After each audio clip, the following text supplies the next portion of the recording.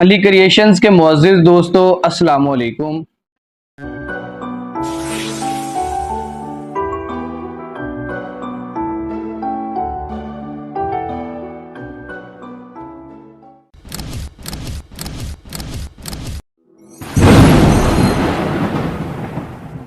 قوم لوط ایسی بدبخت قوم جنہوں نے ایک ایسی برائی کو ایجاد کیا جو ان سے پہلے نہ کسی قوم میں تھی اور نہ ہی ایسی کوئی مثال ملتی ہے۔ اس قوم نے ایسی بدکاری کس کے بہکاوے میں آ کر کی، ان کا گناہ کیا تھا اور ان کا انجام کیا ہوا؟ دوستو آج کی اس معلوماتی ویڈیو میں آپ کو یہ سب کچھ بتایا جائے گا، لہٰذا آپ سے گزارش ہے کہ ویڈیو کو لائک اور چینل کو سبسکرائب ضرور کر دیجیے۔ ناظرین محترم، یہ قوم اللہ کے برگزیدہ بندے حضرت لوط علیہ السلام کی قوم تھی۔ حضرت لوط علیہ السلام کے والد ہاران حضرت ابراہیم علیہ السلام کے بھائی تھے، یعنی حضرت لوط علیہ السلام حضرت ابراہیم علیہ السلام کے بھتیجے تھے۔ حضرت لوط علیہ السلام عراق کے شہر ار میں پیدا ہوئے۔ آپ کے والد بچپن ہی میں انتقال فرما گئے تھے، اس لیے آپ کی پرورش حضرت ابراہیم علیہ السلام نے کی۔ اللہ تعالیٰ نے آپ کو برگزیدہ بندوں میں چنا اور آپ اہل صدوم کی رہنمائی کے لیے نبوت کے منصب پر فائز ہوئے۔ حضرت لوط علیہ السلام کو بھی اللہ تعالیٰ نے معجزات عطا کیے تھے۔ آپ بارش کے لیے دعا کرتے تو آسمان پر بادل آ جاتے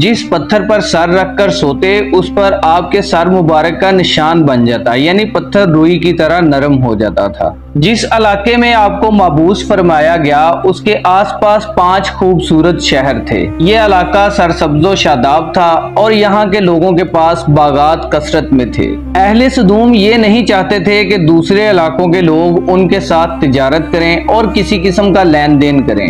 ایک دن اسی بات پر صدوم کے لوگ غور و فکر کر رہے تھے کہ غیر علاقے کے لوگوں کو کیسے روکا جائے۔ اتنے میں بیس بدل کر ابلیس ایک بزرگ کی شکل میں آیا اور اپنی رائے دینے لگا کہ بچنا چاہتے ہو تو میرے مشورے پر عمل کرو۔ اس کی بات لوگوں نے بڑے غور سے سنی۔ ابلیس نے کہا میں اپنا مشورہ تم لوگوں کو کل دوں گا۔ دوسرے دن ابلیس ایک خوبصورت اور نوجوان لڑکے کی شکل میں آیا، ان لوگوں کو عورتوں کی بجائے مردوں سے بدفعلی کا عمل سکھانے لگا۔ پھر اس نے کہا اگر تم چاہتے ہو کہ دوسرے علاقے کے لوگ صدوم میں نہ آئیں تو ان کے ساتھ اپنی خواہشیں پوری کرو، اس طرح یہ لوگ نہیں آئیں گے۔ وہاں کے لوگوں کو بھی برائی کا یہ عمل اچھا لگنے لگا۔ مردوں کے ساتھ بدفعلی کا عمل عام ہو گیا اور یہ برائی ان کا دستور بن گئی۔ ہر گھر اور ہر طبقے میں یہ برائی پھیل گئی۔ بڑی محفلوں میں بھی فحاشی کا یہ کام کیا جانے لگا۔ ان کی محفلیں اس کام کے بغیر ادھوری سمجھی جانے لگیں۔ مسافروں میں اگر کوئی خوبصورت لڑکا ہوتا تو ان سے بچ نہ پاتا۔ صدوم کے لوگ ظالم ہوتے چلے گئے۔ اگر باہر کا کوئی آدمی ان کی بستی میں آتا تو فاقوں سے مر جاتا اور یہ لوگ اس کے کپڑے اتار کر برہنہ دفنا دیتے۔ ان کا ایک باغ ایسا تھا جو میلوں تک پھیلا ہوا تھا۔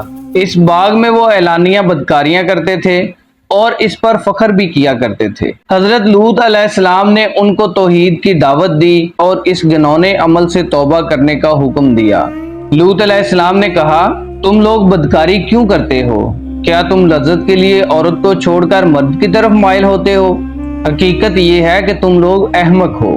حضرت لوط علیہ السلام نے ان کو راہ ہدایت پر لانے کی پوری کوشش کی لیکن سب بے سود رہا۔ انہوں نے لوط علیہ السلام کو یہاں تک کہہ دیا تھا کہ اگر آپ ایسے اپنا کام جاری رکھیں گے اور ہم کو برا بھلا کہیں گے تو ہم اپنے شہر سے آپ کو نکال دیں گے۔ پھر بھی حضرت لوط علیہ السلام نے تبلیغ کا سلسلہ جاری رکھا، لہٰذا ایک دن اہل صدوم نے خود ہی عذاب الہی کا مطالبہ کر دیا، لیکن اللہ تعالیٰ نے ابھی تک ان کو ڈیل دے رکھی تھی۔ انہوں نے ایک دن حضرت لوط علیہ السلام سے کہا اگر تم سچے ہو تو ہم پر عذاب لے آؤ، اور اب عذاب کی باری آ گئی۔ اللہ تعالیٰ نے اپنے 2 فرشتوں کو زمین پر بھیجا۔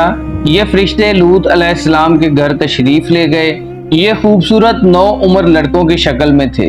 ان کو دیکھ کر لوط علیہ السلام گھبراہٹ اور پریشانی میں مبتلا ہو گئے کہ لوگ ان کے ساتھ برا کریں گے۔ لوط علیہ السلام کی بیوی کا نام وائلہ تھا، وہ آپ پر ایمان نہ لائی تھی اور وہ منافقہ تھی کیونکہ وہ کافروں کا ساتھ دیتی تھی۔ اس نے اہل صدوم کو ان لڑکوں کے بارے میں خبر دی۔ بستی والے ان کے گھر پہنچے اور اپنا مطالبہ کرنے لگے۔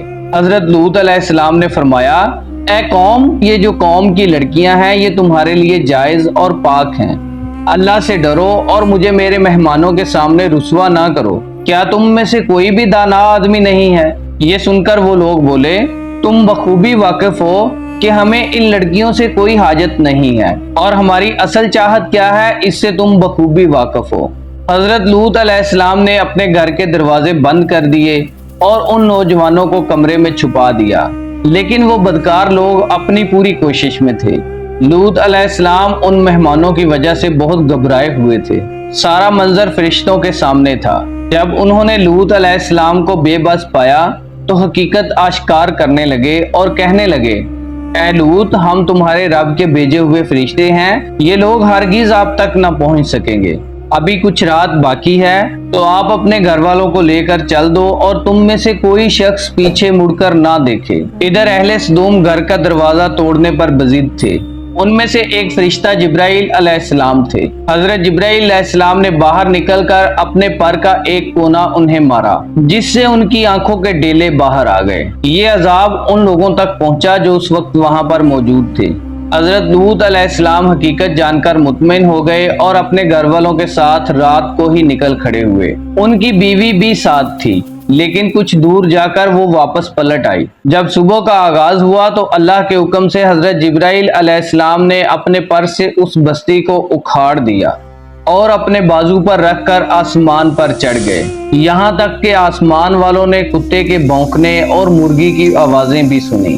پھر اللہ کے حکم سے اس بستی کو زمین پر دے مارا، جس کے بعد ان لوگوں پر پتھروں کی بارش ہوئی۔ ہر پتھر پر مرنے والے کا نام لکھا تھا۔